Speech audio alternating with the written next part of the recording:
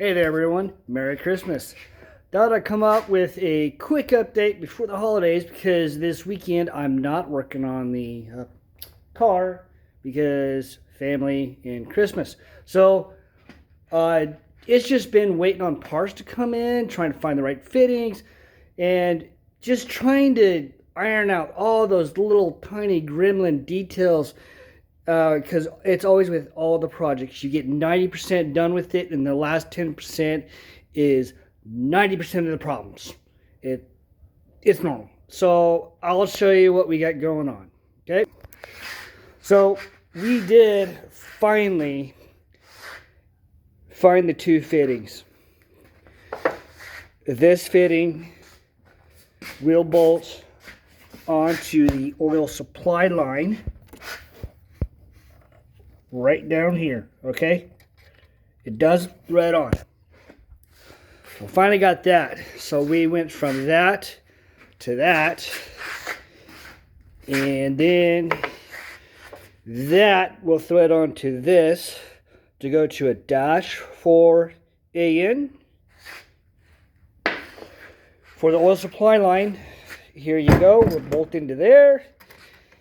And this is the oil supply line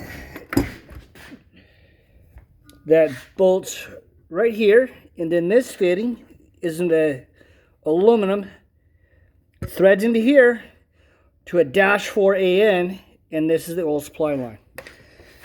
Started transferring everything over. The one thing that we don't have is we don't have a long enough rod to go from here to the wastegate actuator.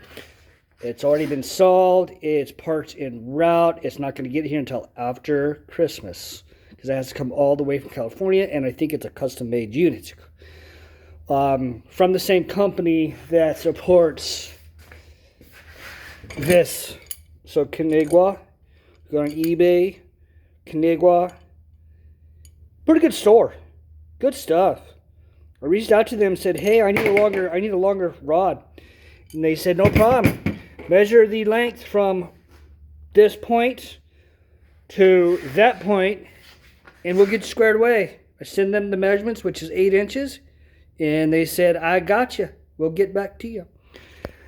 So I still got to thread in the oxygen sensor to the back of here. And then one last thing, I would show you a side-by-side comparison of the stock OEM versus high flow 3-inch. So this piece bolts on to here. That section is missing from right here because I cut it, it's gone. So we move to the catalytic converter. Yes, this is a catalytic converter, high flow catalytic converter. Okay, moving back. Back piece. Oxygen sensor threads there. Oxygen sensor did thread onto there. And yes, I had to destroy a rubber mount bushing to get this out. And moving further back, you can see they had a resonator here, some more piping, another resonator, no exhaust hanger here, not needed. Moving further back, another bolt-in piece from right here, and the back piece, tailpipe and all, compared up to the stock OEM factory. I think I'm going to keep, I don't know. Yeah, I'll probably keep this piece. You can see in the past where they patched this up. I'm going to look into that. I might cut that in half, and I'm interested to see what that looks like on the inside. And then they hacked in another repair job here, where they also had another repair job here. And so, yeah, it's like, now look at some of this. It's mandrel bent. It's mandrel bent. Factory mandrel bent. Yeah. That ain't kinked. That's all mandrel bent. So, I mean, hey, 1997. Japanese knew what they were doing. Wow. You know, it's not a bad thing. I'm going to transfer I'm transferring this rubber over to there. I'm going to go ahead and transfer this, not this one, because this is all, I had to cut that. Yeah, I had to cut them both, so never mind. I got some new ones sitting over there. I did manage to save, I had to save this piece. I had to save this one because it's aftermarket was short. Here it is. I'm going to reuse this one because if I use the aftermarket, whoops, it's slippery. If I use the aftermarket shorter piece, see the holes? It's shorter. What that's going to do is that this will rotate up more. So when you rotate up just a little bit more, it's going to throw this alignment way out of field. So that is the only area that's going to get the OEM factory rubber. All the other two locations will just get the newer, shorter rubbers. I think we'll be fine. I'm not worried about that. So as you can see, this is, like I said, the part of the build where you move quick and just boom, just stops. And it's like, crap. I gotta go find a bolt.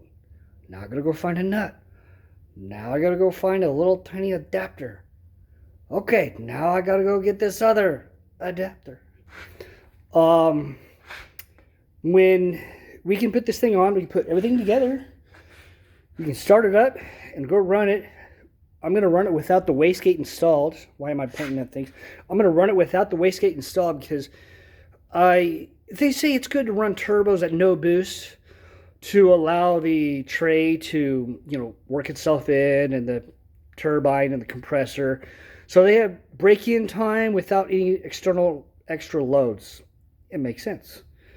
And when the rod gets here, we're going to be running 4.6 pounds of boost. It's a 0.3 bar. So you can take 0.3 bar, do your math. That's how many pounds of boost I'm going to run after the initial break-in time is complete, which will probably be a week's drive. Missing something. Oh, this thing's going to get a different set of tires. I have 2 sets of factory OEM wheels, and so I'm throwing on the other set of wheels, I'm throwing on a different type of tire. It's really going to cause the car to stand out. It may look odd. I think it's going to look cool, but oh well, each their own. So I'll post this up. Merry Christmas. You all have a great one. Bye-bye.